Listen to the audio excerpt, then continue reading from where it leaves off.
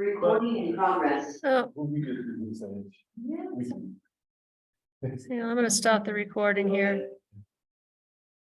Oh, no. You're having a hard time. What happened now? Gonna find out. Firewall. We're gonna find out here. I think we're okay.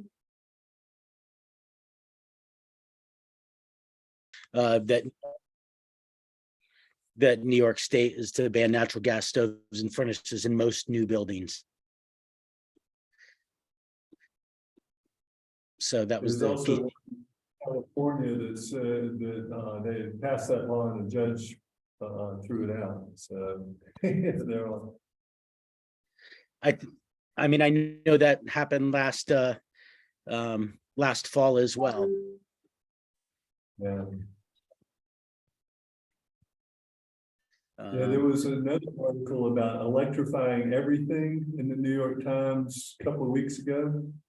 And that was about my son's company. Basically, quoted him in his business project.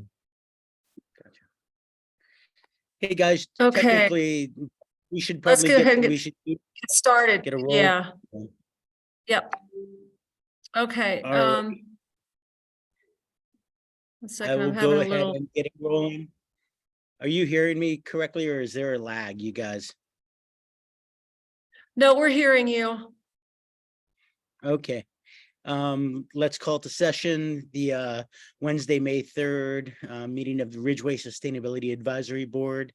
And Deb, if you could do a roll call, that would be great.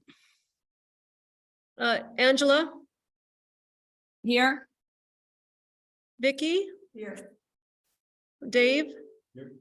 JT, Here, and we have Joyce and Ken are absent, as well as Terry and Dana. I'm sorry, and Dana. Yes. okay, well, I guess we're still waiting for Kim to come in here, and then Terry was item number 2. So maybe we can knock off a Yeah. little bit of the business jumping ahead. Dave, are you gonna do the heavy lifting in Kenny's absence about the update on the web? I'm welcome.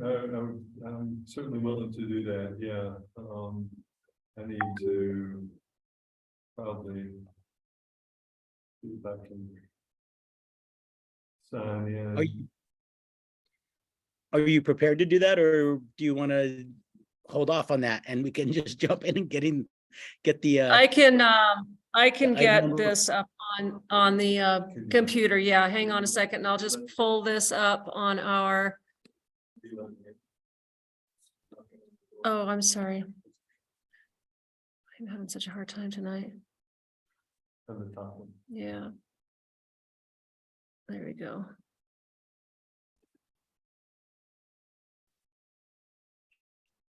Recording in progress. Does it let you?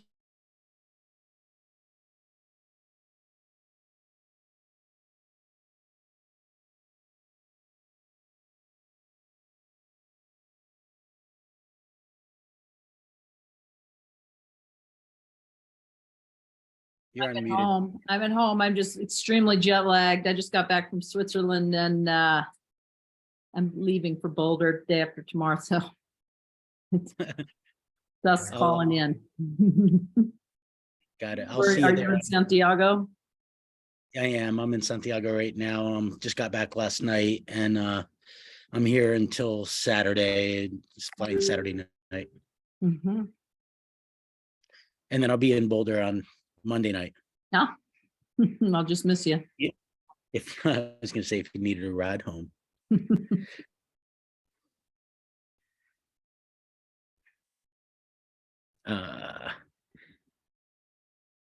Are we just wrestling with technical issues, getting stuff up? Is that what's going on, guys?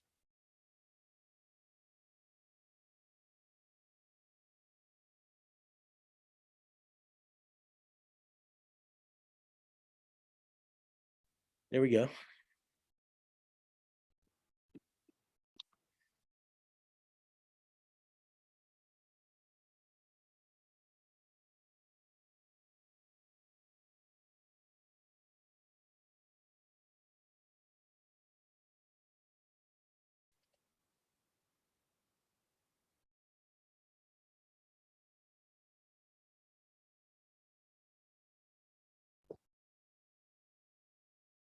Don't fall asleep, Angela.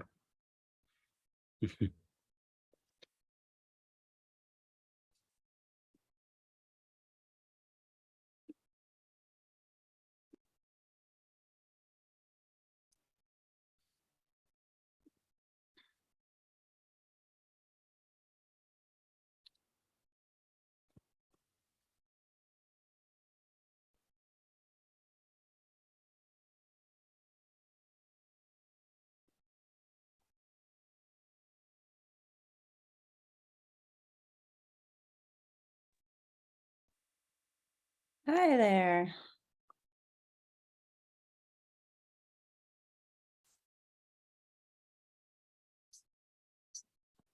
Hey there, Kim. Nice to see you. Good to see you too. Um, Took me a while to find the Zoom link on the website. Yeah, sorry. So you had a hard time getting the link to come up? No, I just had to find it on the website and I was searching my emails because I thought you had sent it to me and I didn't see it. So I just Oh, yeah. took a while to find it. No worries, no worries. So Uh, welcome. Thank you. Yeah, so Kim is going to do this little presentation on the differences between the 2018 and 2021 IECC. Can you also update us, Kim, on the electric ready, where you stand right now? So the Colorado Energy Code Board Executive Committee just met on Monday to make the final votes on that code. The final language has not been released yet. So I don't have the final version to provide. It's quite lengthy, it's quite detailed. I think it would be advantageous to have it available for review ahead of time.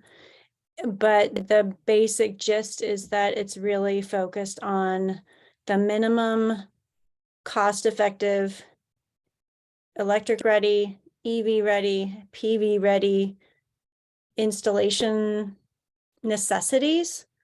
So for new construction, to minimize cost and construction efforts later down the road when somebody actually wants to go all electric or put PV on their house or commercial building or plug in an EV charger or install an EV charger.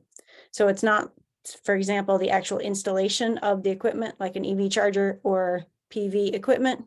It's the conduit, the wiring, the sizing, the electric panels, etc., so that it's very easy to do that.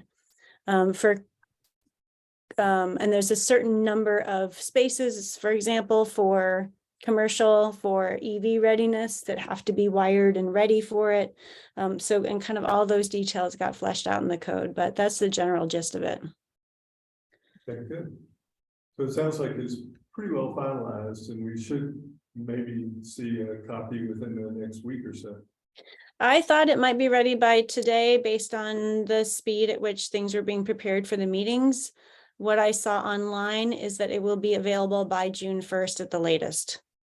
So I don't think it would necessarily take that long. But I'm also not sure what all needs to be gone through to officialize the language of, well, the language has all been voted on, but to put it all into, one formal document, I'm just not sure kind of what it takes to do that because it's not my role.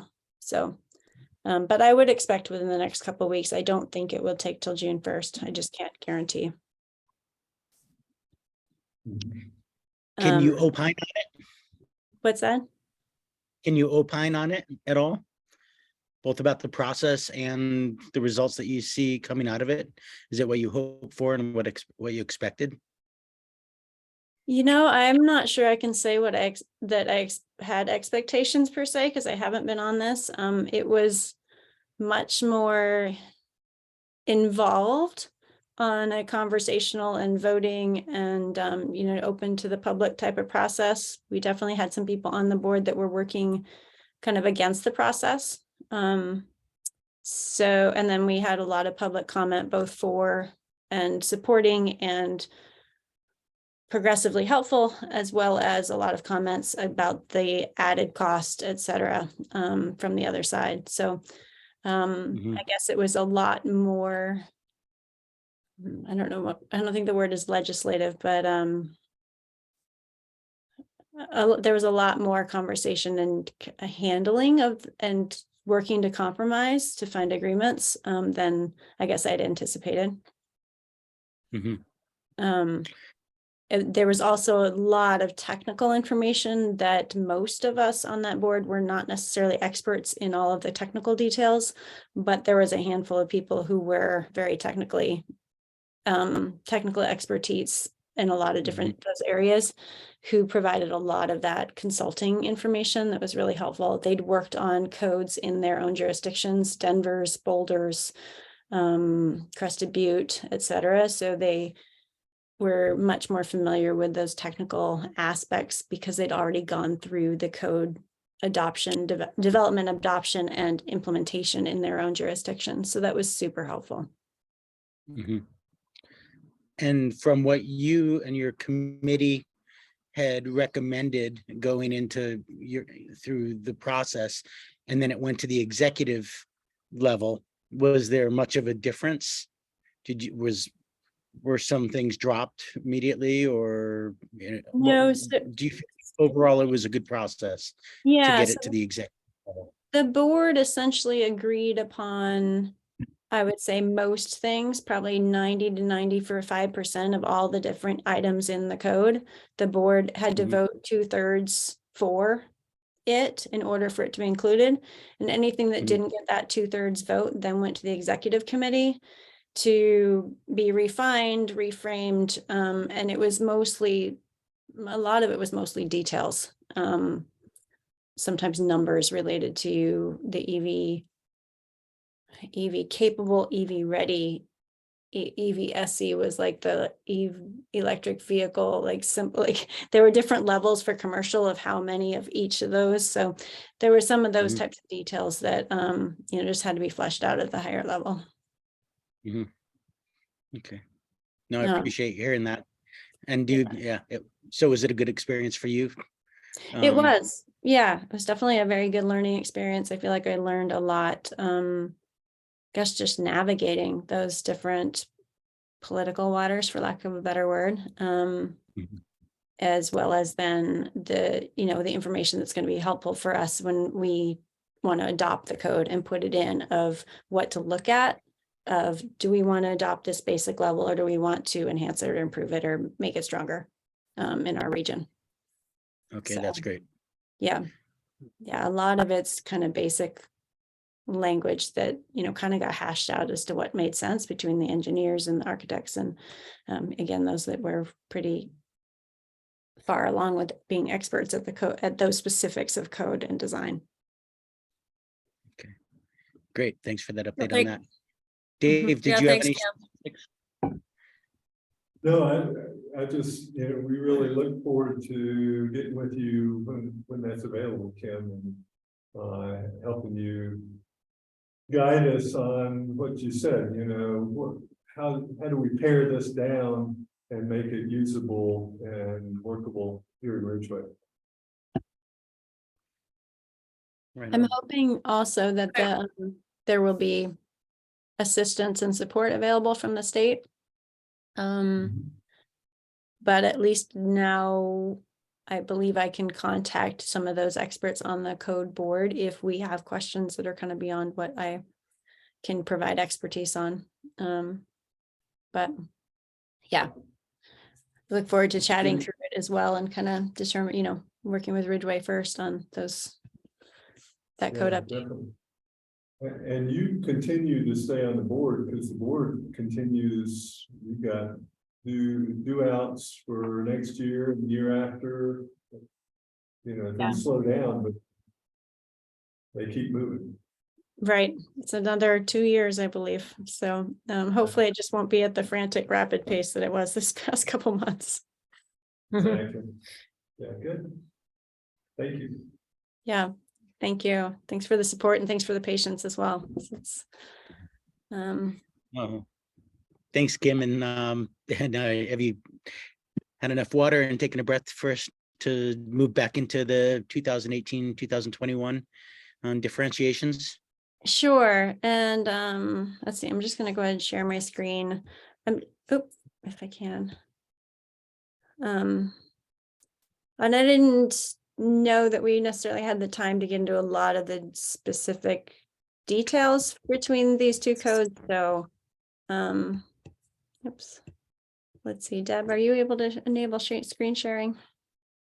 I'm trying. I tried this before and I was having a difficult time. Okay. If you want, I was just going to pull up the which document is it? So you're sharing your screen. Yeah, but You want I'm not seeing her that's- screen. That's, no, you won't. So you gotta get out of sharing your screen. You gotta allow. Okay. Allow multiple participants to share screen simultaneously, as I think. Yeah. Thing Yeah, that's what it says, but I'm having a, Okay. uh, If you want to just pull up, I was just going to pull up the IACC What's New document that was included in the packet. okay, That You was- can I have the probably packet just here. scroll on the, There we go. This one. Yeah, I was just going to start with that. Just kind of provide a brief overview and then see what questions there were. Because again, I don't know that we want to get into the weeds on all of it. But essentially the 2021 improves energy efficiency by probably about 10%, depending on our region. A lot of the things that I noticed in here, we already have primarily 95% boilers or heating equipment. So while their requirements have gone up from 80% to 95%, we are already either requiring or simply seeing, and at least any project I work on through my business doesn't have anything less than 95% most of the time for heating efficiency. The ERV, not ERVs, heat pumps, they've increased the efficiency requirements for those. Again, if somebody wants a rebate with SMPA, they're required to get a HSPF value of 10 in their equipment anyway. And it's value of, I think, 16 SEER for the cooling side of the unit. So we're already requiring that to go along with the rebates. And those are the updated or improved requirements associated with the code. I'm They gonna also- try this, Kim, and see Okay. if I can get this. Okay, I stopped sharing. Will it let you do it now? Not yet. You gotta- I thought it was under participants. Is it under participants? I can't seem to get it to give me that little option. Um, Well, if you just want to continue to share. Just 'cause Okay, we all are right, Kind of a time, at least I'm on a time limit here. okay. The other things that it says, or that, are new is that they kind of just added, increased, requirements. So if you're going through the performance path, then you have to choose 1 out of 5, additional items to implement. They call it additional efficiency package options. It seems to make things a little bit more streamlined. They've got new lighting requirements to increase the efficiency of lighting. Again, we're seeing 100% LEDs, I think, anyway. So the differences as far as the actual implementation between 2018 and 2021, I don't think will be that different for the building community or the building department. There will be some additional things for the building department to, I think, enforce. But I don't think that in general, our construction is that different. It might be more different in the jurisdictions I don't work in, over in Uray County, but essentially in Ridgway and Telluride Mountain Village, San Diego County. I just don't do a whole lot over in Uray. But if we're talking specifically Ridgway anyway, the ones that I all see are already doing a lot of the additional or improved requirements that are required as part of 2021 anyway.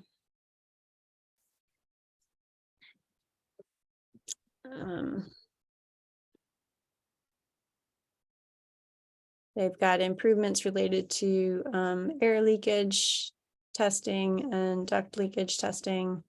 I've been seeing that come up, the HERS ratings, the home energy ratings that I do in, not as much in Ridgway, but other areas. Houses are coming up to meeting those requirements anyway, most of the time.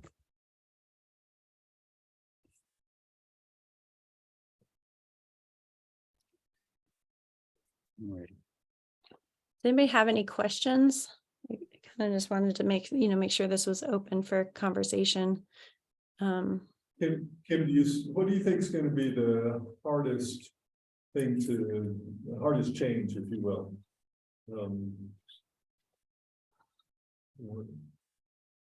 Is there anything here that you feel like we're going to get pushed back on? They're going to say, wow, that's way too hard or too much? I don't think so. Even where it says that there's improved requirements for window performance, like U values on windows, I don't think, as far as what I've seen, it doesn't change for our zone. So we're in 6B zone, and where those requirements are changing is in warmer climate zones. So they say that it's a 10% improvement, and that may be the case over the course of things, but I think as far as what we're seeing in our construction and how people are building things, and even with some of the code changes, it's not changing as much for our climate zone between the 2018 and 2021. Okay. So, Kim, it would really be helpful for you to probably do a Zoom or whatever with JT and his cronies, who are the people who vote on the new code. And it seems like that would be really helpful for them to be able to ask questions and understand, the building inspector and our town councilors, to really get at, be able to ask questions about what are the changes. Because we'd love to move this forward this fall, and question of how best to do that and how to get that knowledge dispersed. And I'm happy to do so. I know the code adoption update process in Ridgway in the past has involved pulling together a community building community, or a group of the building community. I actually was not included in that process last time. I was the first time around. But the building official obviously is part of that group, so that he's coming up to speed, and anybody else who's doing inspections. And typically then there's that public input from the building community as well. So I don't know how much, I'm happy to do presentation, be involved in that process. I don't know how in-depth the town council might want or not want to be involved in the details. Typically, it's not as detailed at that level, and it's more on the more in the building community and building official realm for getting into the details. Gotcha. Good. But noted, Dave, and I know, of course, like the planning commission, of course, has been on the front lines of any of the code discussions thus far. And not just discussions, but, teasing stuff apart during the moratorium here. So moving forward, I'm sure it's going to go through them as well. And I can't remember exactly what Preston said in the last council meeting, but there is a process afoot right now to get local developers and builders into the room for all of the upcoming changes. Yes, that's true. Outstanding. Yeah. I am just kind of to go back to the question of what might be the biggest change or most challenging, is I am seeing that there's definitely some changes revolving around ductwork, and I'm seeing that on my HERS rating requirements as well, that all ductwork, regardless of whether it's all within conditioned space, which is typically how we see it. It's within a conditioned crawl space or a conditioned attic space. If there's ductwork, it now all will need to be tested. So there's a duct leakage requirement, and it will need to be tested if there's ductwork. So that actually may help with our case to encourage split system ductless heat pumps and Agreed. switching to that, because duct testing can be challenging, to say the least, for everybody involved. The mechanical contractors are still kind of coming up to speed on making sure everything is sealed as tightly as it needs to be to pass those tests.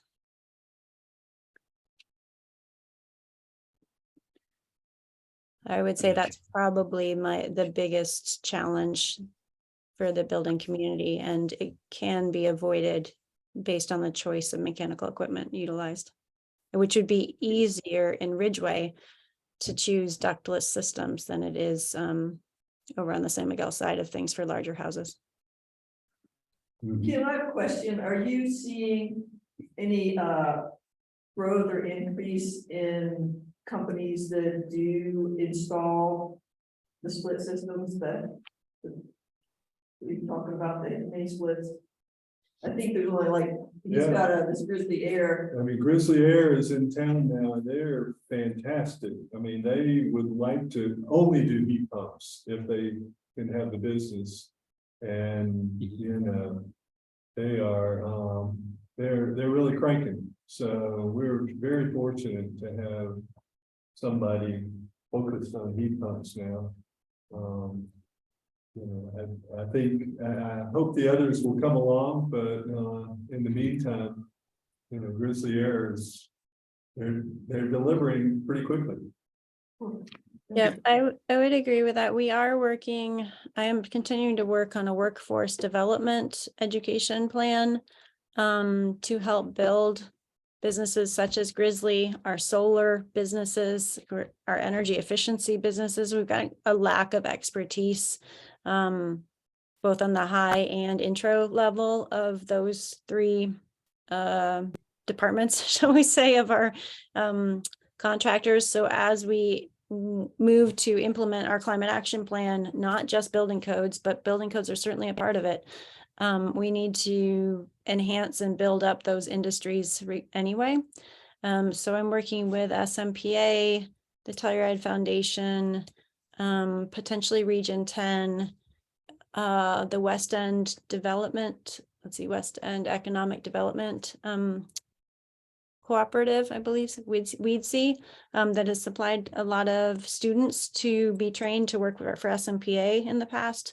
So anyway, forming a coalition to try to work on finding students or others in the area that are interested in these trades to help then support and build and work for the organizations that are going to need more feet on the ground, my business included. But both Josh from Alternative Power as well as I'm blanking on his name from Grizzly Air, Ryan, were involved in a call recently as well to express kind of their experience and what works for them to build up the business. Ryan has gone from one person last summer to now I think he has 5 employees, if not 6 right now. So he is rapidly expanding, in addition to moving directly into Ridgway to fill that gap for heat pumps. And he's interested in potentially taking on students. Yep. Both he and Josh said that getting people, students that don't necessarily want to go to college, but are interested in the trades and really want to get their hands, build up a career right out the door, that's the prime opportunity for businesses like theirs to train and educate people. So we're gonna try to enhance and work with more schools across the region and kind of build a program. And hopefully that we can get some support from the state, and there's education out there and whatnot as well too. Fantastic. Are you Yeah. talking like a VOTEC sort of situation at the school? Similar, yep. That's essentially what there is already existing in the West End. And I know the Ridgway and Uriay schools they've got some participation going on, I think with the Montrose. There was an event recently in Montrose similar to that. So yeah, it's essentially the model. Okay. But it just seems like, I've just recently learned that all they have at Ridgway High School is just the wood shop, and it seems like there's room to grow, like welding, photovoltaic systems, heat pumps now, stuff that's like modern. Great. Yeah. Yeah, a good job. They pay well. We Yeah. do. I believe that Mike Gill just attended an annual kind of a vocational thing for high school students throughout the region, where they came in and they demonstrated different jobs in the industry. And I think a lot of new jobs in the sustainability field were part of that. So he said it was really great, Excellent. a great Yeah, love to hear about that. event. So yeah, he could tell us more about that. Yeah. Yeah, that was at the Montrose High School, and we had an Eco Action Partners SMPA table to educate on energy efficiency there. So Yeah. it's good to hear that Mike was there as well. But that was the first time we'd heard of that event in Montrose. They don't engage students from, I think from Ridgway they do, possibly, but it's all dependent on school district and whatnot. But we'll be communicating with them further. I know Wiley was really interested in talking with them more, so that hopefully we can expand that type of an event or work more in collaboration across the region. Hey, Kim, do you have a relationship at all with the folks up at SCI, Solar Energy International up in Paonia?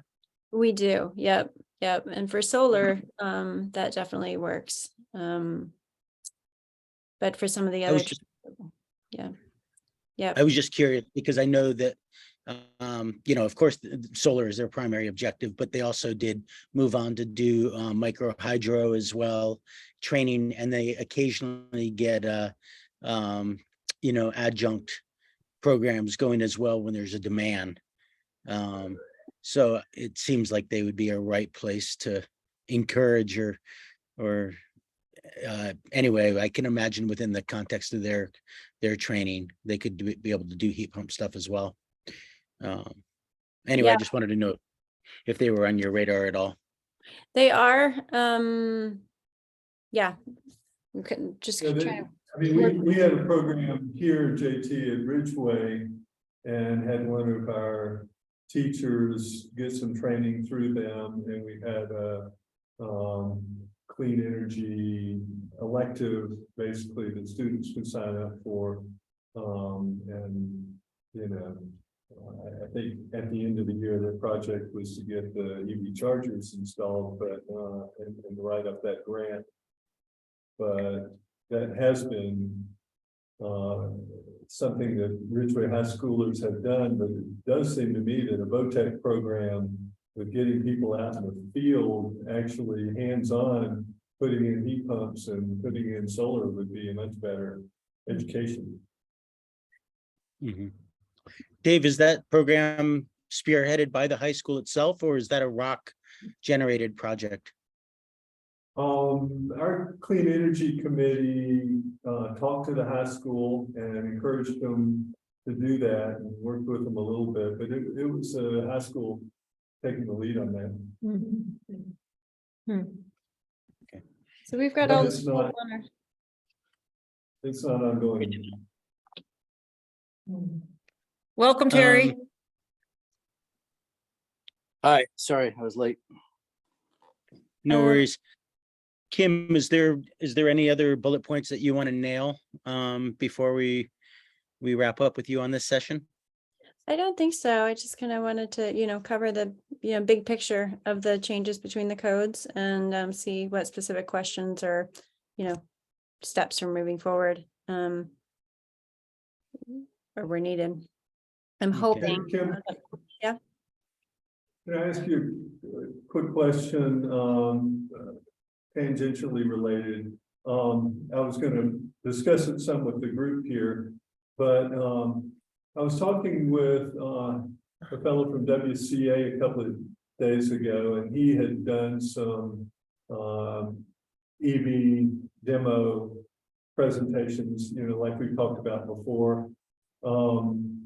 And we were brainstorming a little bit, and, I got to thinking it would be great if we could put on maybe a sustainability conference, here in Ridgway in August, September timeframe.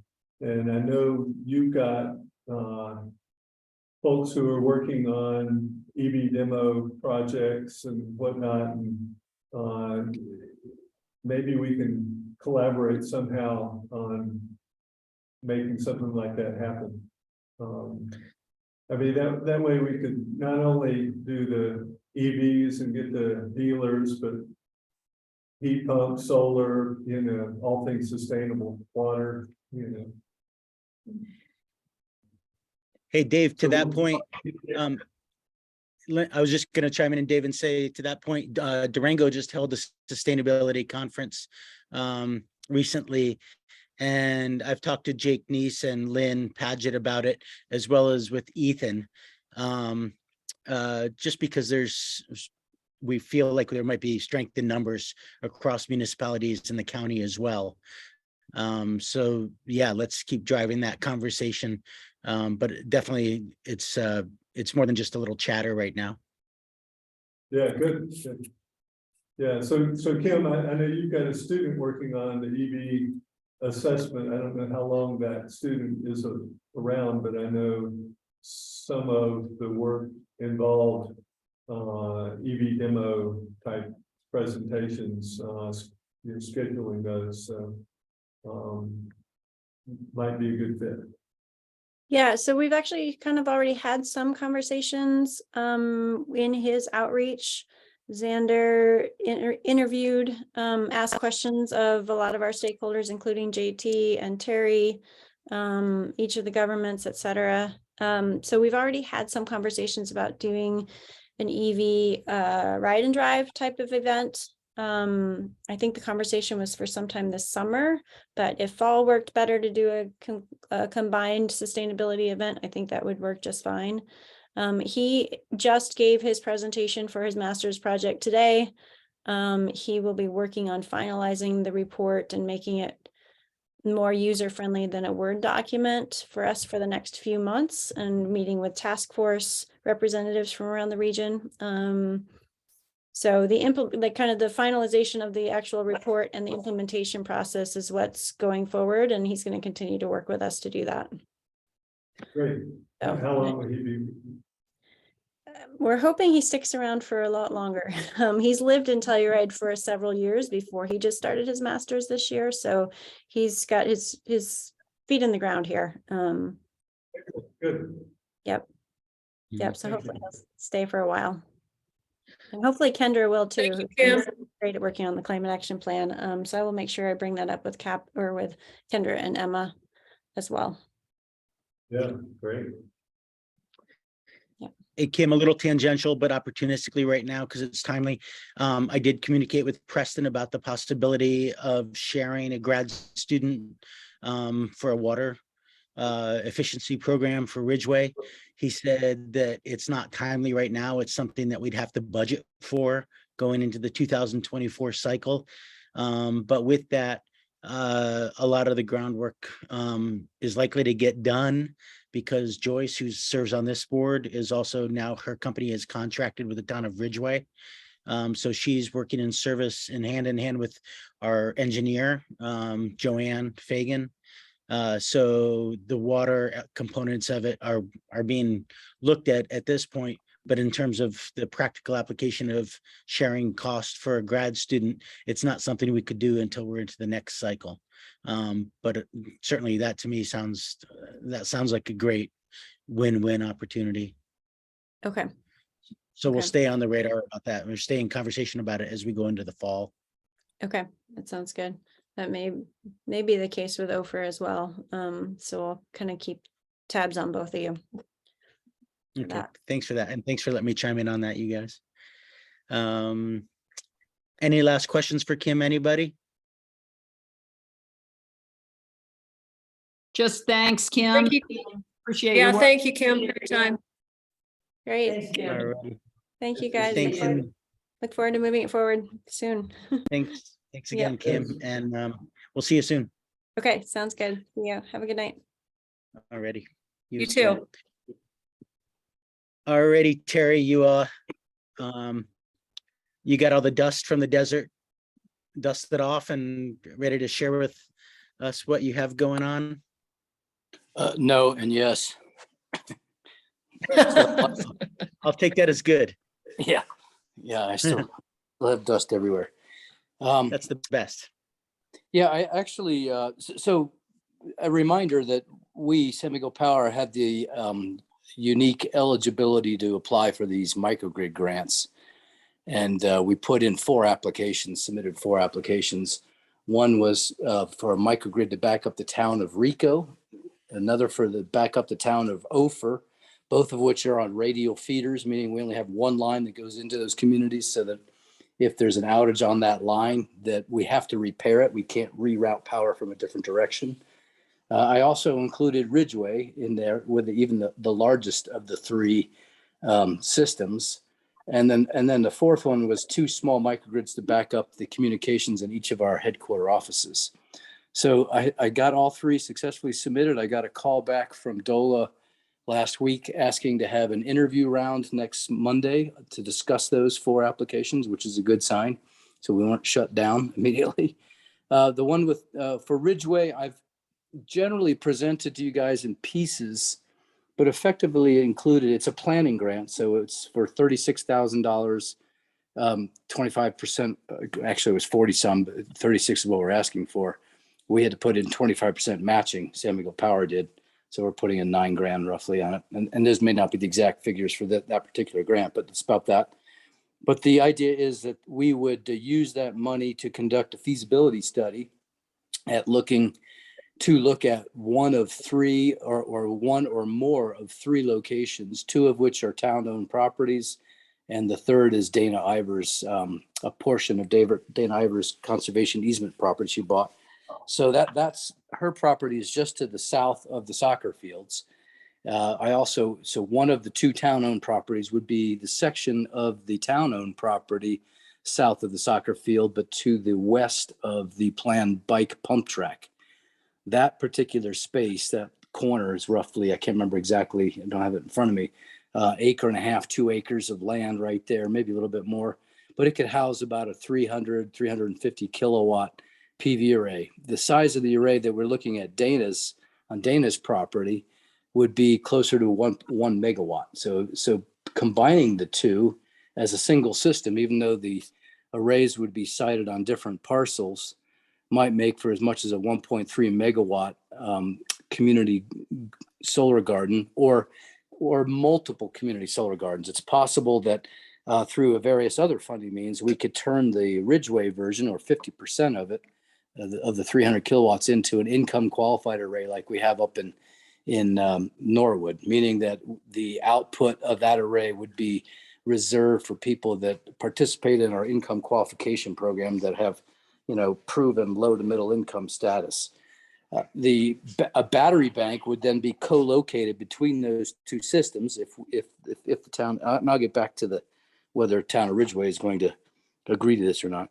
But we put one big battery bank in there, which would be sized to provide 4 hours of battery backup for the entire town of Ridgway, the circuit being terminated up by the back way into Ridgway, up at the corner of Route 5, right there along the escarpment. There's a switch which would constitute the end point of the circuit, and it would go all the way through the entire town of Ridgway on the distribution line, which we have, which is called DC 22, I think it is, which is Dallas Creek. That's the name of the substation that feeds it, including the water treatment plant and and not so coincidentally, Dana Ivers' property up there. She's up on that hill, up above the water treatment plant. So the backup would be for 4 hours of resiliency to the entire town of Ridgway. Some of the criteria for the application with the communities that we're targeting have to have critical, what they call anchor institutions. And those are things like fire departments and the town buildings and the emergency medical clinic and things that are, considered anchor institutions. So the application had narratives in there that described the outage history in the town, described the two possible town sites, one of which was the Green Street property, the Green Street Park property. The other is what I mentioned, which is the parcel south of the soccer fields. So part of the feasibility study would be to vet those three different site locations.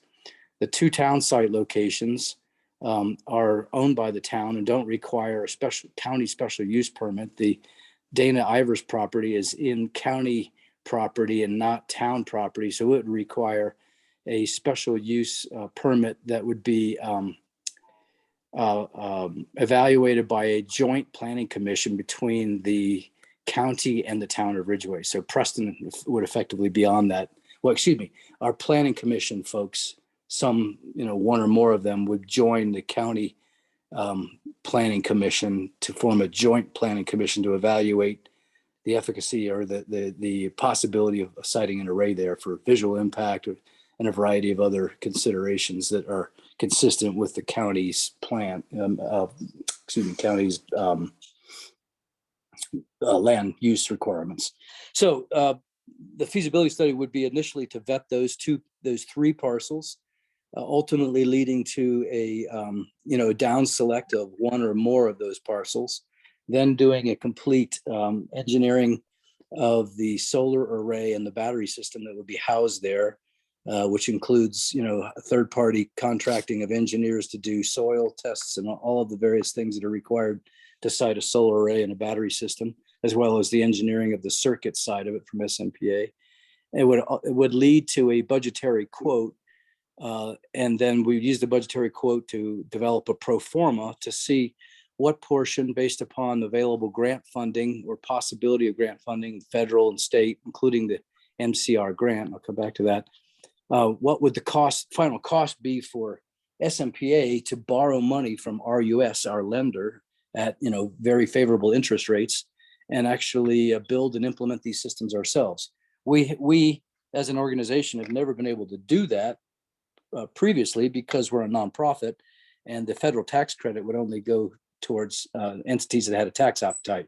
Now the IRA bill allows direct pay of 30% buy down up front and it includes nonprofits. So you don't have to have a tax liability to take advantage of it, which means that SMPA is now in a position to where we could potentially develop and own and operate these plants. So that's kind of the game changer there. The down selected the two town parcels would come as a result of doing some, detailed engineering and research on what the solar arrays might look like in these two parcels, and then bringing that before the town. Same process with the special use permit for the county. And then the final result, the final deliverable would be the budgetary quote and the pro forma that we would need to get SMPA board permission to further investigate the financing of this. Then we would use that information to inform the construction grant, which is the phase 2 of this particular grant opportunity, the MCR, which is the microgrid for community resilience. So this phase 1 is the planning grant that gives us the information to then apply for the phase 2, which would provide up to $1 million of grant funding for this project. So there's a 30% off the top from the feds. After that, we can take $1 million out of this. If we qualify and are awarded, we take $1 million out of the state fund and look for other stacking grants, they're called, other federal grants, like the one for the income qualified bent on one of the two town-owned properties. And then we would find out exactly what remains. It may be as little as 23 to 25% is all that SMPA would have to finance of the total cost of the project. And then the community, the arrays, we would then try to look at developing as community solar arrays, meaning one of two things. A typical community solar array requires that all SMPA members have access to participating in it. The town-owned parcels, we might be able to work an exclusivity deal whereby the output of that segment, whether it be on Green Street, on the South Soccer Field, or both, could be dedicated to be used by the town through our Totally Green program, meaning that residents could sign up for Totally Green, like Dave is, and some others probably in the room. And normally we source the renewable energy from the pool of our renewable energy systems.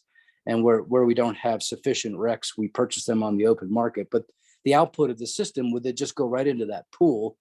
But we could carve out a portion of that exclusive to the town of Ridgway to be used, for example, to satisfy net zero requirements for new construction, or to be used by other town residents who just wish to participate in the output of that array and sign up for Totally Green at $0.01 a kilowatt hour. So rather than the usual model of having to buy panels in a community solar garden and then owning shares and then getting your proportional share, we're thinking just our Totally Green program is the simplest way to have people participate in the output of the systems, just like our other generators are providing RECs into the pool for that. This is all right off the cuff here. So any questions before I think about what I forgot to tell you? That was a heck of a synthesis. So it's all stuck in my head. Now, I did share the grant, the application with JT. He was interested in seeing it. I'd be happy to share it with others. Hopefully by middle of May, we'll find out if we won the planning grant, and then we'll move forward and start investigating these possibilities. And this just gives us some money. So basically I'm hiring a contractor. One of the, in this case, it was the contractor that developed and installed our IQ solar array in Norwood. So they have experience in our area, and they have a specialty of attracting and looking for this load of LMI funding. So, you know, we're going to use that contractor for this particular project. I have a different contractor for each of the other three. So we're spreading the wealth around amongst different contractors to do the actual engineering design and budgetary formations, and then helping us develop the pro formas to inform, you know, the financing from SMPA's point of view. So it's, you know, it's going to be a big takedown once it occurs. If we get these, we have 4 projects that we're going to work on, resulting in the information needed to then write 4 more grants to get the construction funding, which is up to $1 million. Go ahead. So Dave, I'm sorry, Terry, so you said, did you say the middle of May is when you'll know if you've been awarded this grant for phase 1? Is Correct. that right? Yeah, for the planning Okay. grant. And, okay. Great. And then we'll, you know, I'll develop a plan. I'll be bringing these projects in much more detail to this group, and then to eventually to the town council for, you know, consideration of, you know, is there appetite to look at the Green Street parcel, the South Soccer Field, or both, in conjunction with supplying the necessary solar. So part of the, this is a little geeky, but part of the operational mode of these systems would be that rather than taking so the solar energy would be designed to provide on an average daily basis the amount of energy we would dispatch daily from the battery bank, and we would dispatch it at night. So we would take effectively the daytime solar energy production, and we would charge the batteries and then dispatch that at night. So we put the solar energy on the grid at night, and that would provide us not only the wholesale energy credit, but also a significant demand charge reduction from Tri-State. We pay $19 a kilowatt for the highest peak kilowatt use across our system on a monthly basis. So we would be dispatching for 3 to 4 hours every night in an attempt to hit that peak.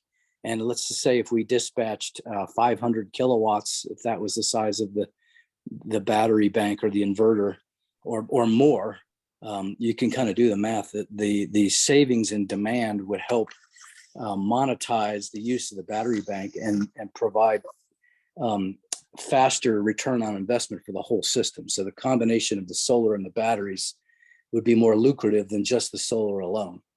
And hopefully the savings would not only pay for the battery, which then pays for the backup. So during the day, the solar is available to provide charging of the battery. If the outage occurs, we would use the battery bank to cover the outage. The battery bank can quickly recharge as soon as the grid comes back on, so it can refill itself. So if it was an evening outage, we wouldn't have to wait for the solar to recharge the batteries. And then the solar, if it was an extended outage lasting days, we would have twice the capacity of the battery bank, because we basically, I failed to mention this, we would size the battery bank for 2x. If X is 4 hours of backup for the town, we'd size it 2x. We dispatch 1x every night, leaving 1x in reserve for battery backup. During extended outage, we then have 2x of battery plus the recharge capability of the solar array to provide, ongoing recharge and providing limited energy to the town on a daily basis in the case of an extended outage that might last days or weeks. So it's a lot to swallow, a lot to absorb here, but pretty interesting. And we're using that same philosophy for the other three, but mostly the other two, Ophir and Rico. Same deal, where the battery bank 1x is 4 hours of backup for the town, 2x is the size of the battery bank. We charge 1x worth of solar every day and dispatch that for demand charge savings. So it's a bit of that portion of it's loosely considered energy arbitrage, in that we're using energy when it's cheap to produce and then putting it on the grid when it's expensive, so we can save money that way and have a battery backup system for the town. So that's the status. Great. Monday I'm going to answer questions on these things. I'm not sure what they're going to be, and then we'll find out in a few weeks if we've been awarded. Great.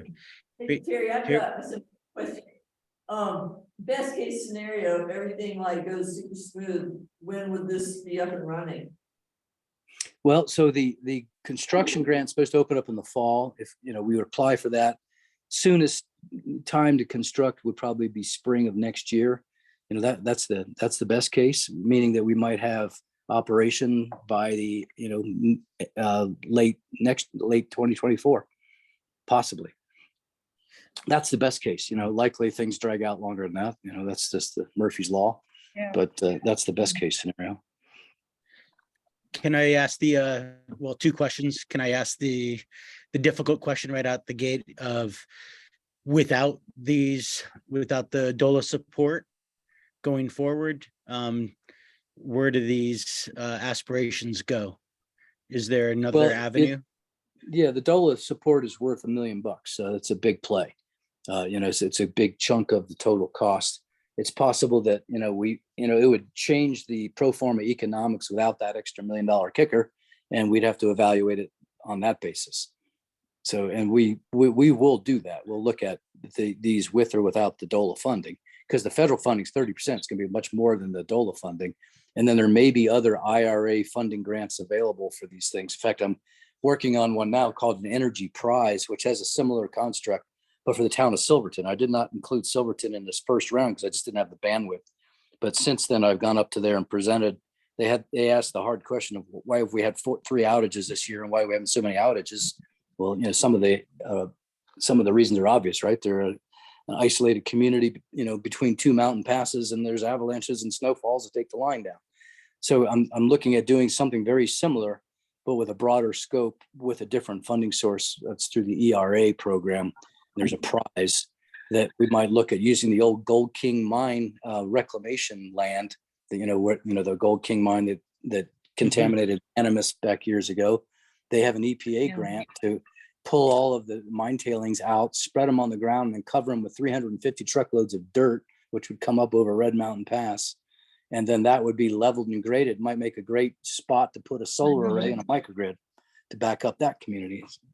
So there's other grant funding that we have to explore. It's just that the classic conundrum is all of this grant funding came to be this year, and no entity, whether it be the town, the county, or SMPA, had resources previously budgeted to go after the money. So to that end, I may be resigning from SMPA at the end of the year and becoming a consultant to work back for this, so that they can then budget for my services to work on these grants and the implementation and then the project management of these things. So it's it's going to require that SMPA dedicate resources to go after this money. Got it. And then second question, the different scenarios that you gave with the 1X and the 2X and all the various, well, are Operating there comps? Yes. Are there other already existing multi-dimensional projects like this with other energy cooperatives here in the US or in Colorado? Certainly not in Colorado, not in tri-state. We're going to have to push some boundaries. We're going to have to push the envelope with them. As to their permission right now, they don't look at batteries favorably. They think it's lost load. They think, there's all kinds of, they may apply penalties to it. So there's going to be a little bit of a policy push on this as well through tri-state. My hope is that we have this policy 115, the size of the systems between Ophir, Rico, and Ridgway, I've sized in the grants to equal the amount of available capacity we have in our 115, which is our 5% cap. So this would bring us up to 100% of the 5%. And that's assuming they stay with 5%. The idea of putting the energy on the grid at night through the batteries, to me, doesn't violate that 115. That's the argument I'm going to make, because we're going to be putting the same amount of energy on the grid as the solar system. If it were just a solar system without the batteries, we're just going to put it on the grid at night instead of during the day in order to help monetize. So that's the loose, justification for the argument. The other thing is, if we get this grant funding, my CEO says, hey, if we get grant funding, they're going to be hard pressed to deny some of these things, because they're going to look silly if we all of a sudden get, kudos from the state, get federal funding for these things, and they're the ones that say, no, we can't do this. That would be another reason for us to look at exiting stage left. So we have a little bit of leverage through our application for a partial requirement contract. So there's a political side to this as well. Then, of course, there's the local politics, right? There's the community acceptance of putting solar on town-owned property. And if it's one side or the other or both, so we'll have to go through that process and take the arrows and see where that goes. Same with the county. The county, once that opens up in special use permit, it goes through a series of public hearings where residents from the county could object to the visual impact of the solar array. Fortunately, right there, it's, with the exception of Dave's property, not many people will see it in town. But Dave will see it, but it'll be in the little depression below, and we'll be looking right over it. It won't block the view. It's not going to be high off the ground, but there will be a single axis tracking solar array, on about 4.5 acres out in that field, if all goes well. But that's Say just, it's not gonna be high up ground, Terry. That means like wildlife can't pass underneath it. by code, it has to be fenced off. So we'd have to fence it. The wild, we could, they can allow wildlife in. For example, this community solar garden we have outside the Telluride Airport, they open the fence twice a year and they bring sheep in to eat all the thistles and the weeds and so forth. So they use it as that's kind of a subtle version of the agrivoltaic thing that we talked about. And we could still look at agrivoltaics at the South Soccer Field. JT has pretty much done some research on doing that at the Green Street Park, and doesn't feel it would be cost effective to do it there because of the nature of the soil is so bad. I'm not sure the soil is that bad over there on the south side of the soccer field, other than that discovery of the can of Roundup right there. That's a different issue. We won't go there. But yeah, so, and when I say it won't be high off the ground, it has to be high enough off the ground to prevent the snow from touching the electronics. But it's a single axis tracker, which means that the array will track from, faces east in the morning, it face the Cimarrons, and then tracks to the west in the afternoon, which means it could possibly shed any snow that develops on it, because it's going through a full cycle from east to west. Could dump the snow. That's part of what the feasibility study will look at, is how high can it be off the ground, or should it be? And we, like I said, on Dana's property as well, we could potentially look at agrivoltaics, even if it's just grazing sheep or cattle underneath of it or something. She has concerns about displacing the prairie dogs that are there. We'll have to, overcome that too. Although they're probably likely to just move a few hundred yards out of the space, move up towards the hill some. But the elk don't generally go on that part of the property as a rule. They stay up closer to the tree line, as Dave, I'm sure, can attest to most of the time. But we would maintain a corridor heading east, so the elk would be able to pass by the array. It's only 4.5 acres out of 180 acre parcel.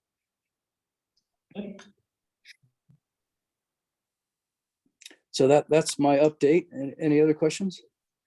Any off the cuff feeling about going forward with this? I mean, in terms of public acceptance or not? I know there was already some kerfuffle over the use of the idea of using the Green Street Park. You know, the local HOA got their shorts in a knot over that a little bit. And, even though there was no real plan, they thought this was planned, and we're giving Preston a hard time. He had to defend it, say, no, it's not planned. It's just something being looked at. I think it's fantastic. I support it 100%. Dave, what's your feeling about the placement of that array on Ivory property within your view corridor? I support it more in my view corridor than I do Green Street. I do have some concerns about, you know, eventually there'll be residential on the other side, and taking that park and putting the fence around it, put solar in the middle of residential. It seems like the athletic field is the better fit. Do baseballs break solar panels? They can. I mean, it has to be a direct hit. They're designed for 1-inch diameter hail balls at terminal velocity. Right. Okay. Which is Yeah, that 30 was my only. Yeah. You got the baseball field there, and the pop-ups but hopefully they're hitting away. They're hitting to the north, and they've got a backstop. The usual rule of thumb I used to espouse when I was selling solar was that if there's a hailstorm that's sufficient enough to break out the side windows of your car, then the solar panels will likely be broken, because it has to be a direct normal impact, and this panels are usually on an obtuse angle from the hail. Now, the same with the baseball. Right. Depends. Would have to hit them straight, direct normal to actually damage them. And if they do, it would shatter the glass. The panel would generally still work. It just would need to be replaced, because as long as it doesn't break the circuit of the solar cells underneath the glass. Yeah. Yeah, no, I think the plan is fantastic. Like I said, I think it would be ideal to use Dana's property and the little corner of the park there.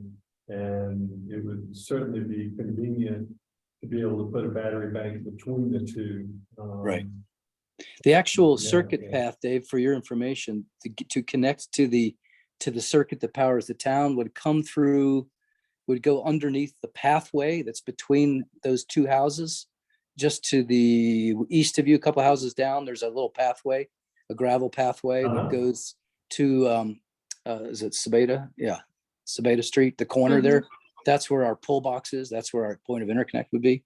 So it wouldn't have to go through anybody's private property. It wouldn't have to go through the soccer field. It could literally come down that path. The line would be buried, underground underneath that path. That's So you great. Please bring broadband in with it too, okay? Okay, yeah. And to my end of the town as well. I thought you had broadband out there. No. Yeah, the middle of town has some of it, but the south and north ends. Exactly. Yep. Yeah, broadband's good here, but I live across from a baseball field for 20 some years, and haven't had any issues with my solar panels or my windows, so. That's good. Of course, those are little sluggers over there.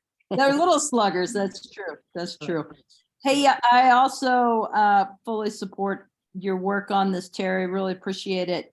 My only question is, and I agree with the location that Dave supports.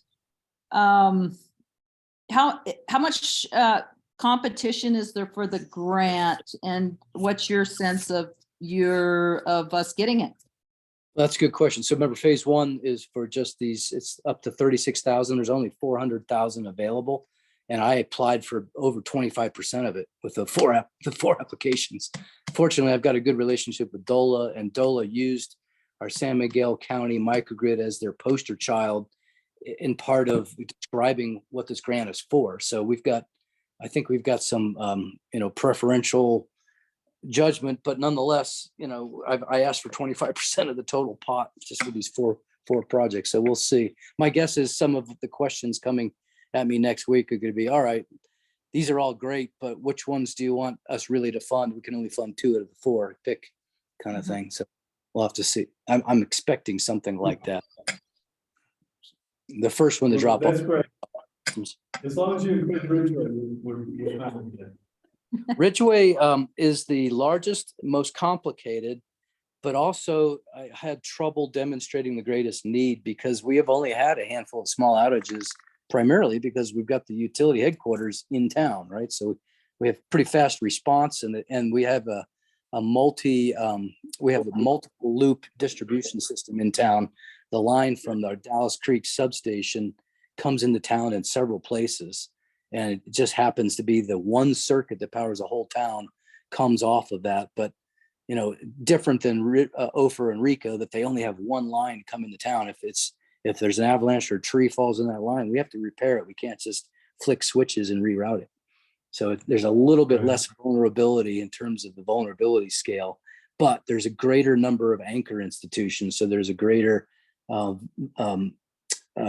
vulnerability risk in that regard.